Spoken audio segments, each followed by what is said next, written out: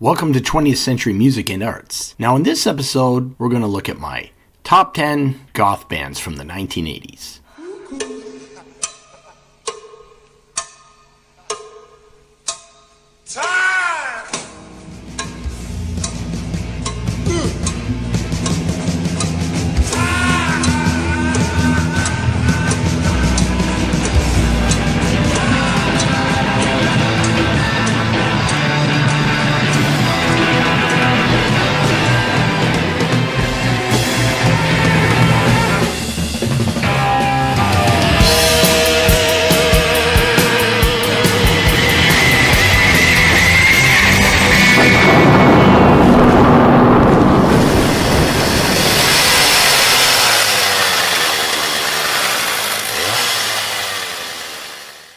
Now, before we get started, you know that amazing intro you watched? It was done by my friend Burn Power. Now, he's an American who lives in the country of Georgia, and he recently broken his arm. And unfortunately, he needs help with the cost of his surgery. I have put the PayPal link in the description, and any contribution you can make for Burn Power would be helpful.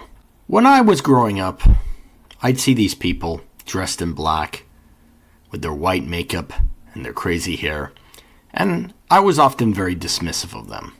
But I've come to really like goth, or goth rock, or gothic rock, whichever way you want to put it. Now, goths can sometimes be more of an image, an aesthetic, or an atmosphere than a specific sound of music. But as we look at a bunch of the bands in this episode, you'll see it's very varied in style. Now, the roots of gothic rock can be found throughout the history of rock and roll, but it became a definitive genre in the 1980s. So, here I'm going to list my top 10 favorite goth bands from the 1980s. Alright, let's start the list. So at number 10, I've got the March Violets. Now this band was out of Leeds. They have a great sound, and they've got a drum machine, they've got noisy guitars, and they had both male and female vocalists. And at one point there were actually 2 female vocalists and 1 male vocalist. And they had a drum machine. They called it Dr. Rhythm. Now during their initial run between say like 1981 and 1987, they actually did not release any full-length albums, but rather many singles and EPs. Now they would reunite again in 2007 and 2010. But if you want to check them out, there are 3 great compilation albums. There's Natural History from 1984, Electric Shades from 1985, and The Botanic Verses in 1993. Now, by about 1985, they moved towards more of a pop-oriented sound, and their song Turn to the Sky, along with their cover of Miss Amanda Jones by the Rolling Stones, that would actually appear on the soundtrack for the film Some Kind of Wonderful. But I prefer their earlier material. Check out songs like Religious as Hell, Grooving in the Greens, and Snake Dance.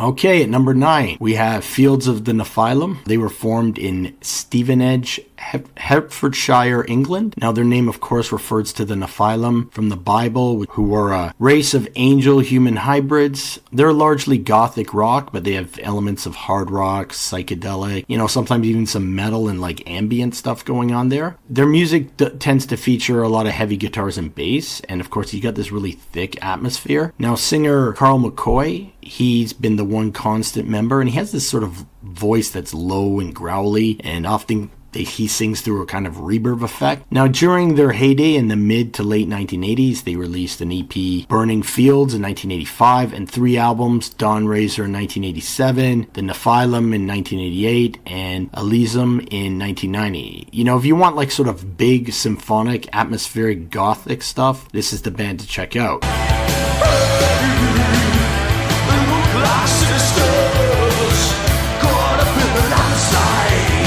Now, kind of in a similar vein, and of course this band has to be on the list, at number 8, I've got Sisters of Mercy, and of course one of the quintessential goth bands, and another singer with a serious low octave range. Now, they were formed in 1980 in Leeds, and their sound is kind of a mixture of post-punk, the gothic rock, and very kind of atmospheric, dramatic stuff. They blend these kind of moody guitar riffs. They again use the reverb. They got a lot of bass kind of grooves, and singer Andrew Eldritch's voice, it's distinctive, it's deep, it's like real baritone. And like the March Violets, they used a drum machine. They called theirs Dr. Avalanche. And this is great atmospheric music. It deals with themes of isolation and love gone wrong, along with a little bit of references to the occult and literature. They would release 3 essential goth albums in 1985, 1987, and 1990. That would be First and Last and Always, Floodland, and Vision Things. If you want to get into goth, Sisters of Mercy are a great place to start. Next, at number 7, we have Specimen. Now, they were formed in Bristol in 1981. They would actually move to Soho, London in 1982, and they became the house band at the Batcave, which was like the nightclub where goth subculture really emerges from. And Specimen looked the part, and in many ways, they kind of helped pioneer the whole goth look, mixing androgyny of glam with darker theatrical elements. They brought in the trend of what's called the Death Hawk hairstyle, and the sound of the band was quite diverse too. They combined elements of post-punk with glam rock. They're actually quite melodic, and they're very theatrical, but it's always got a bit of a rock edge, and they're definitely influenced by bands like T-Rex for sure. Their initial run was from 1981 to 1985, and during that time they actually never released a full album, but they had several singles like Kiss Kiss Bang Bang, The Beauty of Poison, Telltale, all of which were on the Badastrophe EP in 1983. If you want to see where the look and the image of goth came from, you really got to check out Specimen. Kiss, kiss, bang, bang.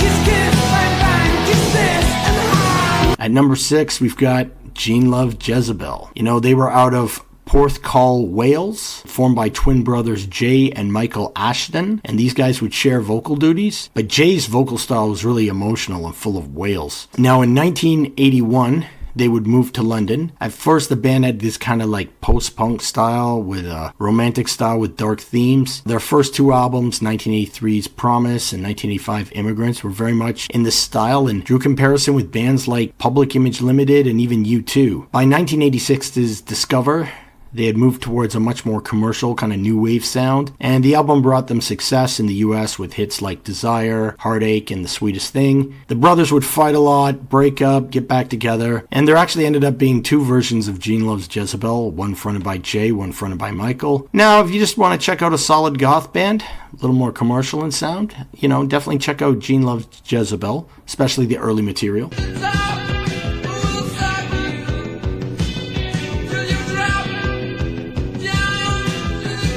Number 5, we've got a really odd band, and it has this frontman that kind of exemplifies the most monstrous interpretation of the goth aesthetic. And of course, I'm talking about Alien Sex Fiend. This band is like a crazy combination of course, gothic rock, death rock, industrial post-punk. There's a lot of use of samples, loops, dubs, all-around electronic effects. Now the frontman, Nick Fiend, real name Nicholas Wade, he looks like a precursor to Marilyn Manson in many ways. Nick had actually worked at the Batcave, and the band would base themselves out of there. His wife was also in the band as well with them. And their live shows, they just had a great set with like cobwebs and bones all over the stage. And they would release Who's Been Sleeping in My Brain 1983, Acid Bath 1984, Maximum Security 1985, It, the album, 1986, Here Comes Germs, and 1987, Another Planet, 1988, and Curse in 1990. The band's sound and aesthetic are completely wild, very unique, and they even opened for Alice Cooper at one point in 1985. And, the band have this intense, danceable rock sound, along with these, over-the-top theatrics. Yeah, definitely check out Alien Sex Fiend.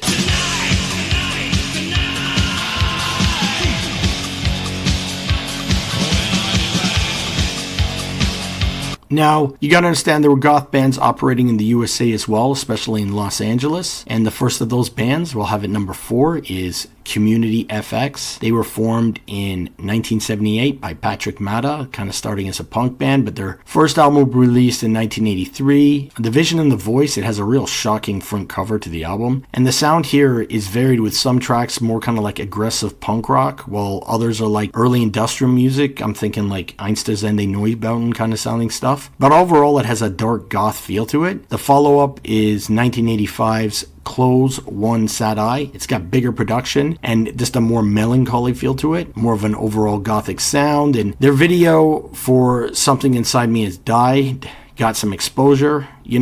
Kommunity FX, it's a great goth band that has a real kind of punk edge to their sound, which was kind of the thing going on in the United States.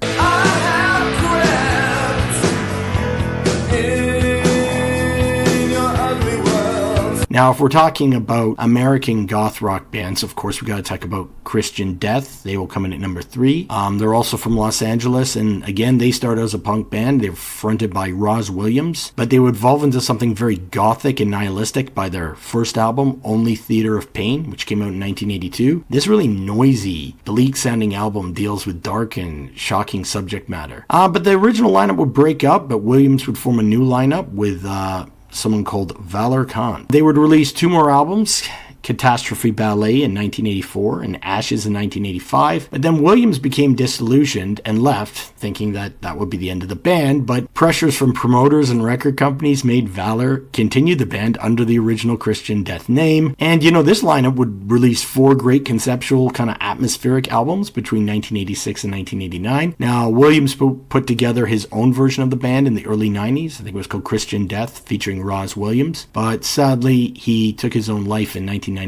I highly recommend that you actually check out both versions of Christian Death. Really, really good sound. They're a very quintessential band.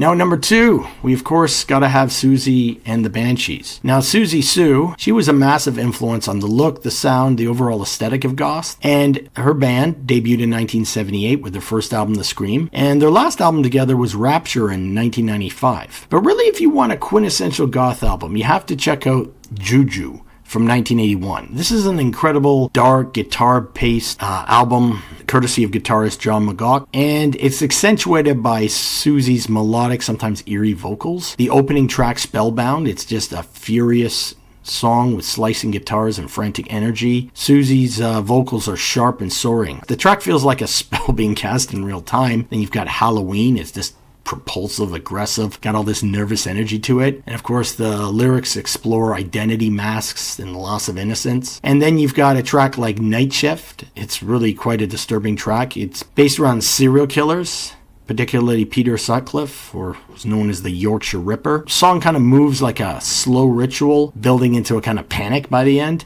This album is a must for fans who want to understand the essence of, that early goth rock sound.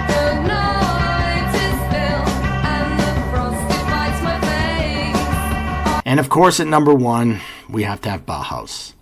Essentially with their release of Bela Lugosi's Dead in 1979, they gave birth to the goth genre. They were out of Northampton, England. Their music features a lot of haunting vocals, angular, often minimalistic riffs. They can get quite heavy at times. These really kind of brooding bass lines and this tribal and then sometimes very sparse drumming. They're really one of the great rock bands of the 80s as well. They mix theatricality, avant-garde aesthetics, just a moody, spooky vibe that really came to define goth rock. Lyrically, they often explored themes of death, this kind of existential dread, but also some romanticism and, of course, just the macabre in general. But they were a band that had a sound that was really varied. They experimented a lot with instruments, especially on their later albums. And, they played a variety of genres. 4 studio albums they made between 1980 and 1983. That would be In the Flat Field, Mask, The Sky's Gone Out, and Burning from the Inside. They're all incredible albums. Bauhaus is hands down the most influential band in the goth genre.